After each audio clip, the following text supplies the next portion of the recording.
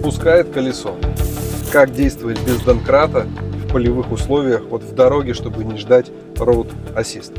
3500 километров проехали, и последние 500 у меня начало падать давление. 2,1 заднее правое колесо вместо 2,9. Но я вижу, что уходит 1 атмосфера за 24 часа. Где-то вот здесь за 3700 километров мы поймали какой-то прокол. И самое неприятное то, что это заднее правое колесо. Переднее мы всегда можем выкрутить и визуально смотреть. Поэтому сейчас я вам покажу, как действовать без донкрата в полевых условиях, вот в дороге, чтобы не ждать Road Assist. Погнали. Ребята, что вообще должно быть для того, чтобы не стоять на обочине с протянутой рукой или ждать часами? Вот в этой нише перчатки, компрессор воздушный, который накачает, фонарик, ремкомплект для ремонта шин. Это проставки для донкрата. Это не наш случай. Покажу именно, как без него обходиться. Перед тем, как начинать поиск утечки воздуха, нам нужно дать давление сюда, 3 атмосферы. Как можно больше накачать колесо. У нас установлен холодиск, поэтому здесь потребуется дополнительно 1 минута к этому процессу. Дал 3 атмосферы, желательно вообще сделать больше, но у меня компрессор не сильно заряжен. Для чего? Чтобы воздух выходил из нашего отверстия. Так как здесь обзор ограничен, год назад на моем канале, кстати, чинил переднее правое колесо, и на шиномонтаже мне даже сказали, ничего не надо делать, все и так хорошо. Сейчас вот заднее правое. То есть по факту обзор здесь никакой. Мы сейчас ставим вот сюда нашу видеокамеру, чтобы вам было видно. Включаем фонарик. Слушайте, по слуху я ничего не слышу. Берем любой стеклоочиститель, неважно, все что угодно, нам нужно брызгать на протектор. И смотрю, не пузырит ли нигде. Пузырьков я не вижу. Валерия, давай садись за руль. Нажимай тормоз, включай драйв. Окна я открыл, ты меня будешь слышать и буквально немножко проедь вперед. Она у меня учится в автошколе. Давай, желаю удачи. Нажми тормоз, активируй машину. Тормоз нажми. Тормоз нажми. Стоп. Так, еще продвигаемся. Да, давай еще. По чуть-чуть, давай назад. Паркинг включай. Ну и вот, ребята, смотрите, вот он наш очаг. Здесь мы видим виновника. Значит, в середине протектора находится что-то металлическое. У нас прям такой хороший железный пациент. Будем его извлекать. Всегда старайтесь покупать хороший набор, чтобы вот этот инструмент, он был не для галочки, а он работал. Вот эти за 5 евро, то, что вы берете, вы не сможете этим инструментом достать. Вот этот набор стоит 15-20 евро. Он без клея. Вот такие вот жгуты.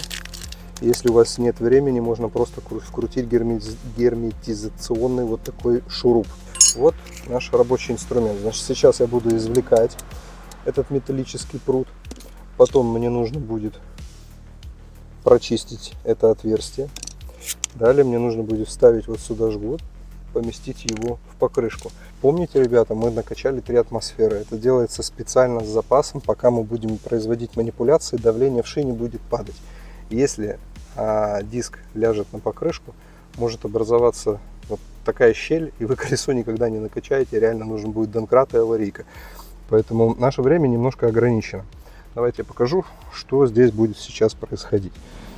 Нам повезло, он прям хорошо так цепляется. Это саморез, кстати, это не гвоздь. Давайте мы возьмем его, подковырнем чуть-чуть. Вот, он начал выходить. Нет, беру свои слова обратно. Это кость.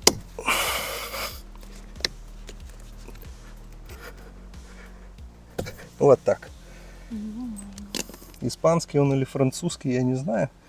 Но это капец. И сейчас нам нужно залечить. Берем наш инструмент и прочищаем.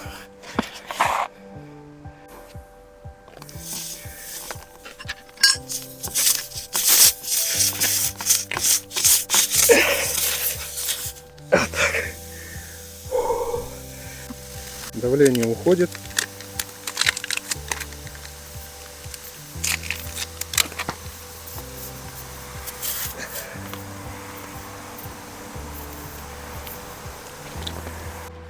Вот она пена шумоизоляционная. Попробуйте вот такой прокол загерметизировать гелем, который идет в ремкомплекте. Желаю вам удачи. Нет, поролон это шумоизоляция только. Прикинь, вот там у тебя прокол в области поролона, и ты берешь этот чудо-состав вовнутрь, как он загерметизирует поролон. Да, это да, где на поролоне, да, по идее, наверное, не будет. Не будет. Не встречал еще такого. Был еще случай, что именно приехал человек, у него колесо сильно било, и протектор почти новый, а с другой стороны он лысый. О, как. Когда разобрали, ну, он мне рассказал, что он залил, был в отпуске, там ехал с Хорватии, залил, закачал этот клей, и этот клей у него засох. И засох в одном месте, собрался, и получилось, то есть, ну, там вес.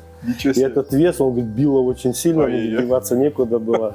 Он его назад переставил, приехал, и колесо было полностью лысое, и получился этот дисбаланс, он выбил этот кусок. Ну что, ребят, кто говорил, что заднее колесо не починишь? Вот этот под, но он экономит вам буквально 2-3 часа, а бывает даже и день времени, чтобы ждать аварийную помощь. Если бы у меня не хватило сил все-таки пропихнуть жгут, как видите, мне потребовалось лечь, дать дополнительный упор, схватиться за бампер. Вот этот саморез для этого как раз хорошо поможет. Те ребята, кто ездит с ним полгода-год, вам очень сильно везет. Вообще это временное решение, и оно разбалтывается, выдавливается, и потом второго раза у вас уже не будет шанса закрутить в то же место еще раз саморез, так как диаметр будет большой. Делаем сразу и наверняка. Поэтому жгут поставили, давление сделал 2,9. После ремонта жгутом я все-таки рекомендую заехать на сервис, перепровериться. Я этого делать не буду при замене резины с летнюю на зимнюю. Осмотрю этот комплект, и будет все понятно. Хороший ремонт или надо переделывать. Но после такого прокола я бы на вашем месте и на своем тоже воздержался бы от быстрых передвижений в ближайшие несколько суток. То есть 200 км в час, 200 плюс нежелательно делать, когда ремонт колеса был менее чем 24 часа назад. Но это уже так, суеверие, не сколько как факт. И я серьезно, ребят, вот эти модные гели, которые продаются, они работают на скорости до 80 км в час до ближайшего шиномонтажа. С этим гелем вы не сможете ездить долго, ремонтным, который внутри.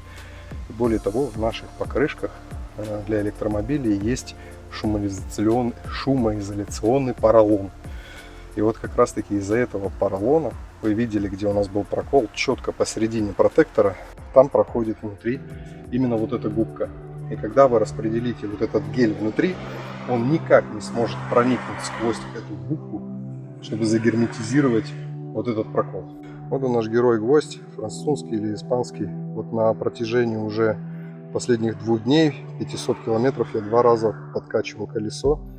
И чем дольше вы, ребята, катаетесь, тем больше вот это вот будет стираться, тем меньше у вас будет шанса это извлечь. Только на шиномонтаж придется обращаться. Видите, уже пол шляпки ушло. Если бы я немножко катался дольше, он бы сточился, и выхватить его оттуда было бы очень-очень проблематично.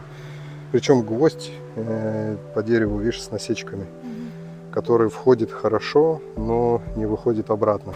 Ребят, ну вот такой ремонт, я считаю, должен уметь делать каждый, либо как минимум возить с собой ремкомплект. Всегда есть люди, которые готовы помочь. Я, если буду проезжать мимо, я также могу вам отремонтировать колесо, но главное, чтобы у вас это было с собой. Покупайте правильные аксессуары, возите с собой компрессоры, всякие подкладки, брызгалки. Это все может пригодиться, фонарики, чтобы не тратить свое время, не подвергать свою семью опасности в ожидании где-то на обочине какой-то аварийки, которая будет ехать по 2, 3 или 4 часа. Подписывайся на канал, ставьте лайки. До новых встреч, пока.